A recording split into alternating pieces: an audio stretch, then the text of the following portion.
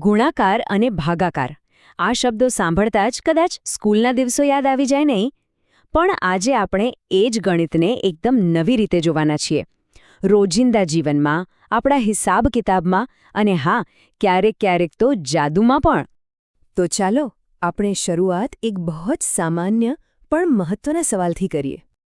આ છે મણિરત્નમ, એક ખજાનચી. એમનું કામ છે હિસાબ રાખવાનું, અને અત્યારે એમના પર એક મોટી જવાબદારી છે, જાન્યુઆરી મહિનાનો પગાર ચૂકવવાનો.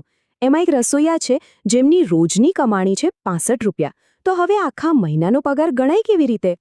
હવે જુઓ, સીધે સીધો 65 ગુણ્યા 31નો ગુણાકાર કરવો કદાચ થોડો અઘરો લાગે, એટલે મણિરત્નમ એકદમ સ્માર્ટ રીત વાપરે છે.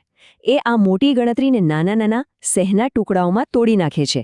આ રીતને કહેવાય છે આંશિક ગુણન પદ્ધતિ. આ કામ કેવી રીતે કરે છે એ જુઓ. 65 એટલે શું? 60 અને 5, અને 31 એટલે 30 અને 1. બસ, હવે આ નાના ટુકડાઓનો ગુણાકાર કરવો કેટલો સહેલો થઈ ગયો, ખરું ને? આ પદ્ધતિની ખૂબી જે છે કે એ મોટી સમસ્યાને એકદમ સરળ બનાવી દે છે. અને હવે બસ આ બધા નાના જવાબોને ભેગા કરી દઈએ. 1800 વત્તા 150 વત્તા 60 અને છેલ્લા 5. તો કુલ પગાર થયો 2015 રૂપિયા. લો, થઈ ગયો જાન્યુઆરી મહિનાનો હિસાબ. તો ગુણાકારથી પૈસા ભેગા તો કરી લીધા, પણ માની લો કે હવે કંઈ વેચવાનું હોય તો બસ અહીંથી જ ભાગાકારની ભૂમિકા શરૂ થાય છે, જે દેવું ચૂકવવાથી માંડીને પ્રવાસના આયોજન સુધી બધે જ કામ આવે છે. ચાલો એક ઉદાહરણ લઈએ. માની લો કે એક સ્કૂલ પિકનિક ગોઠવાય છે. કુલ 976 વિદ્યાર્થીઓ જવા માટે તૈયાર છે. પણ એક સમસ્યા છે, એક બસમાં તો ફક્ત 25 જ વિદ્યાર્થીઓ બેસી શકે છે. તો હવે મોટો સવાલ એ છે કે આટલા બધા વિદ્યાર્થીઓને લઈ જવા માટે કુલ કેટલી બસોની જરૂર પડશે? આ તો મોટું પ્લાનિંગ માંગી લેવું કામ છે. અહીં મજાની વાત શું છે ખબર છે? કે જવાબ સુધી પહોંચવાની રીત અલગ અલગ હોઈ શકે છે.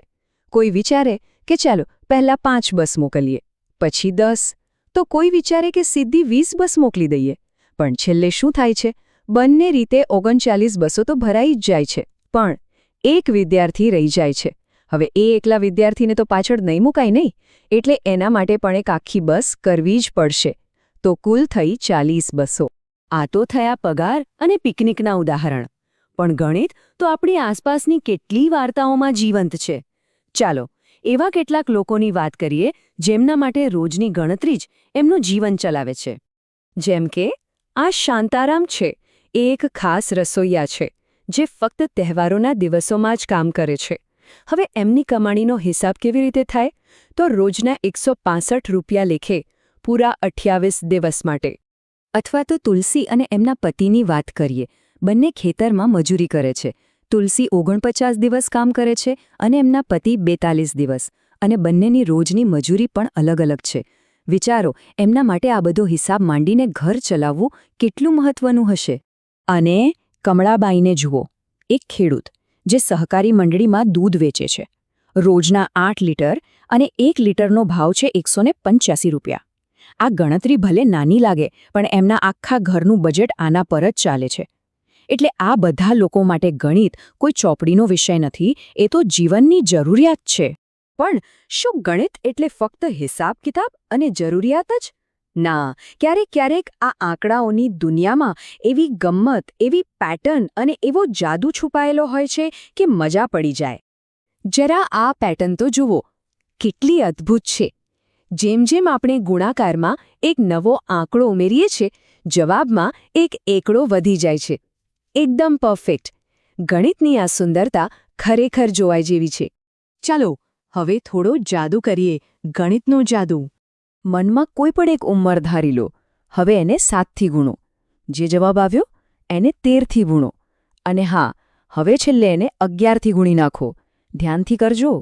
હવે અંતિમ જવાબ પર નજર કરો. કંઈક ખાસ દેખાયું? જે ઉંમર મનમાં ધારી હતી એ જ ઉંમર જવાબમાં 2-3 વાર દેખાશે. આ કોઈ જાદુ નથી હં.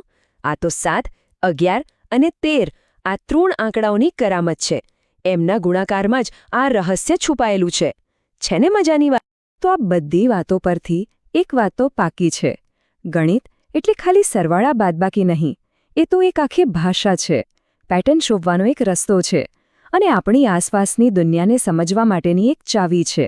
એટલે છેલ્લે એક સવાલ મનમાં થાય છે કે આપણે રોજ જે આંકડાઓ વાપરીએ છીએ એમાં આવા તો બીજા કેટલાય રહસ્યો અને કેટલોય જાદુ છુપાયેલો હશે જે હજી શોધવાનો બાકી છે.